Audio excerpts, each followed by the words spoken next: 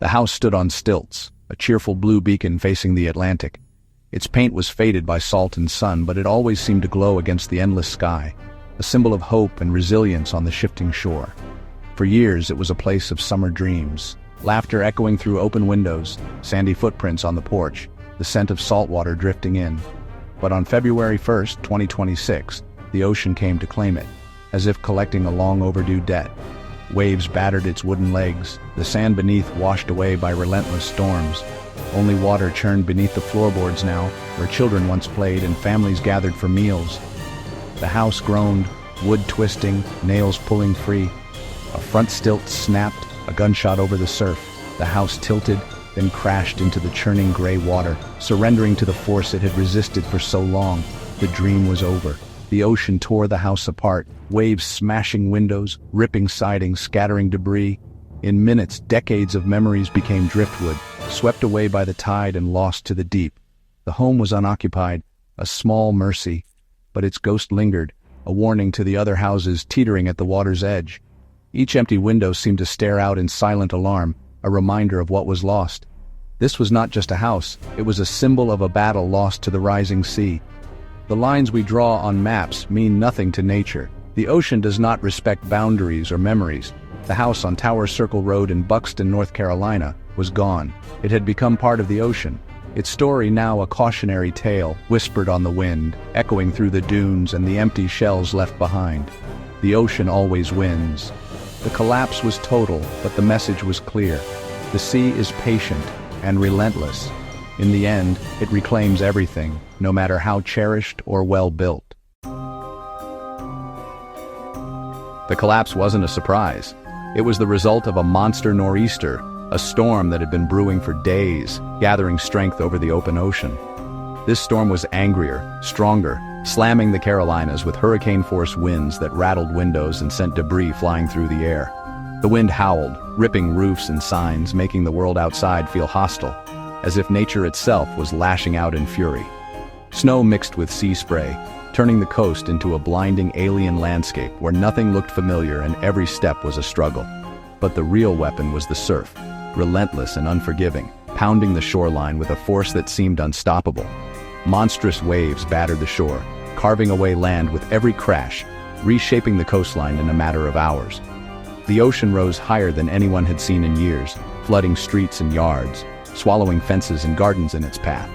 For houses closest to the water, the storm was a direct assault, a test of their foundations and their history. Waves engulfed their foundations, scouring away the sand beneath, leaving them teetering on the edge of collapse. This nor'easter was the final push, the culmination of years of relentless storms and rising tides. The house on Tower Circle Road had survived other storms, but the beach in front of it had vanished, leaving it exposed and vulnerable. Each storm took more sand, leaving the house exposed, its future more uncertain with every passing season.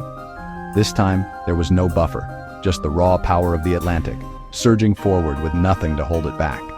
The storm was the executioner, but the stage had been set long before, by years of erosion and the slow, steady rise of the sea. The ocean's advance was inevitable, a force that could not be reasoned with or stopped by human hands. The house's fate was sealed by years of erosion, each storm chipping away at its foundation, each wave a reminder of nature's power. The nor'easter simply delivered the final blow, toppling what little remained of the man-made defenses. Nature's patience had run out, and the coastline was forever changed, a stark reminder of the unstoppable power of the sea. The fall of the Blue House was shocking, but not surprising. For those who live here, it was a moment they dreaded, yet somehow expected. The warning signs had been there for months: cracks in the foundation, the relentless advance of the surf, the uneasy silence before the storm. For the Outer Banks, it's a tragedy on repeat. 28 homes lost since 2020. Each year the number grows, and the sense of helplessness deepens. Residents watch as their community is slowly erased, one house at a time. The ocean's campaign is relentless, claiming house after house. 2026 had barely begun, and already the first victim was gone. The sea doesn't wait for anyone. It takes what it wants, when it wants, and leaves only debris behind. Life here is now marked by the steady count of lost homes. In 2025 alone, 16 homes collapsed, sometimes in clusters. The landscape changes almost overnight. familiar streets turning into empty lots and memories. Tower Circle Road has become ground zero, its name synonymous with loss. What was once a neighborhood is now the front line in a losing war. The road itself is scarred, a reminder of how quickly everything can vanish. Each collapse is a fresh wound, reigniting fear and anxiety. Neighbors gather, watching helplessly as another piece of their world disappears. The sense of community is strong, but so is the shared grief. People talk about the houses by color or shape. The yellow one is gone. The old Smith place fell this morning. These conversations are now part of daily life, a way to keep track of what's been lost. These aren't just structures, they're repositories of memories. Watching them splinter and wash away is watching history disappear. Family photos, children's toys, and cherished keepsakes are left behind in the sand. The community's nightmare is real, and it keeps repeating. The ocean redraws the line between land and sea again and again. Each storm brings new uncertainty, and every high tide is a threat. Every collapse is a reminder, nothing here is permanent. The ground beneath their feet is always shifting, and the future is as unpredictable as the weather. The tragedy is both personal and collective. It's a shared sorrow, woven into the fabric of daily life, and a constant test of resilience for everyone who calls this place home. The problem is simple. The beach is disappearing. The sandy buffer that once protected Buxton's homes is gone. Houses built far from the high tide line now sit at the ocean's edge. Years of flooding and erosion have taken their toll. Where children built sandcastles, there's only surf. The sand has been carried away, leaving homes perched over water. At high tide, waves flow beneath them. Barnacles grow on their stilts. These are no longer beach houses, they're ocean houses waiting to fall. The transformation is rapid and terrifying. Homeowners watch the water creep closer, the distance from deck to waves shrinking. The safety they once felt is gone, replaced by constant anxiety. The shrinking shoreline is a daily, visible threat. It's not abstract, it's a slow-motion disaster. The coast is retreating, and the homes are next. When a house collapses, it shatters, leaving a dangerous, toxic field of debris. The beach in front of Buxton is closed, too hazardous to walk. Splintered wood, rusty nails, insulation, wiring, and glass litter the sand. The debris poses a threat to public safety and the environment. Septic tanks, chemicals, and household waste pollute the surf. The National Park Service faces a monumental cleanup, racing against the next storm. The cycle is constant: destruction, cleanup, and more destruction. The debris scars a place once known for its beauty. The wreckage is a physical reminder of the crisis. The beach is now a warning sign. This is a changed place. The ocean is dismantling what people built. Why is this happening?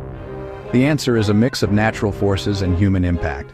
The Outer Banks are dynamic, ever-shifting sandbars shaped by wind and water. Storms have always moved sand and reshaped the coast. But climate change is amplifying the process. Sea levels are rising faster here than the global average. Every high tide is higher, every storm surge reaches farther. Warmer oceans fuel stronger storms, hurricanes and nor'easters alike. The result: faster, more severe erosion. The sand washed away doesn't always return. Natural rebuilding can't keep up with the pace of destruction. Homes were built for a coastline that no longer exists. The science is clear. A warming climate means a rising sea and stronger storms. The Outer Banks are on the front lines. In Buxton, the ocean's roar is now a source of anxiety. Every storm forecast brings dread. Will this be the one that takes another home? The community is deeply tied to the sea, but now it feels more like a threat. Uncertainty hangs over everything. No one knows which house will be next. Property values plummet, insurance is scarce, and people feel trapped. Some have lost homes and face the burden of cleanup. The financial and emotional toll is immense. The community debates what to do: fight the sea with seawalls and sand, or retreat. These are painful conversations, dividing neighbors and challenging the town's identity. The stress is visible. Relationships strained, the social fabric fraying. Resilience is tested daily. The town is literally and figuratively crumbling. The ocean's advance is relentless. Every day is a waiting game. The fear is constant. The solution's uncertain. Buxton is a community on edge, living with the sea's threat. The future feels more fragile than ever. Watching your home be destroyed is a unique sadness. In Buxton, many see it coming. Sand disappearing, water creeping closer. They pack up memories, evacuating not from a storm but from the ocean's slow advance. The final watch is public. Neighbors gather, helpless as the waves claim another house. There's nothing to be done. You can't reason with the sea. The collapse is both horrifying and, in a way, a relief. The waiting is over. The image lingers, the tilt, the crash, debris exploding into the surf. Sometimes one house's fall hastens another's destruction. These scenes replay in the minds of those who witness them. Afterward, only debris and memories remain. Cleanup is complex and costly, grief compounding the loss. This is a disaster that unfolds over years, not minutes. Watching your home fall is a slow, brutal lesson in nature's power. The erasure is total, the pain lasting. The ocean always takes what it wants. What now for Buxton? The community is searching for answers. Immediate focus is on safety and cleanup, closing beaches, removing debris. There's talk of beach nourishment, pumping sand to rebuild the shore. It's expensive and temporary. The new sand will wash away too. The real debate is about retreat, moving homes away from danger. It's a painful, controversial idea, but many believe it's the only sustainable path. The future is deeply uncertain. Collapses will continue as sea levels rise and storms intensify. Buxton faces a choice: spend millions on defenses or move back from the edge. For now, residents watch and wait, hoping the next storm spares them. But the ocean is coming, and it won't stop. The future will demand constant adaptation. The only certainty is change.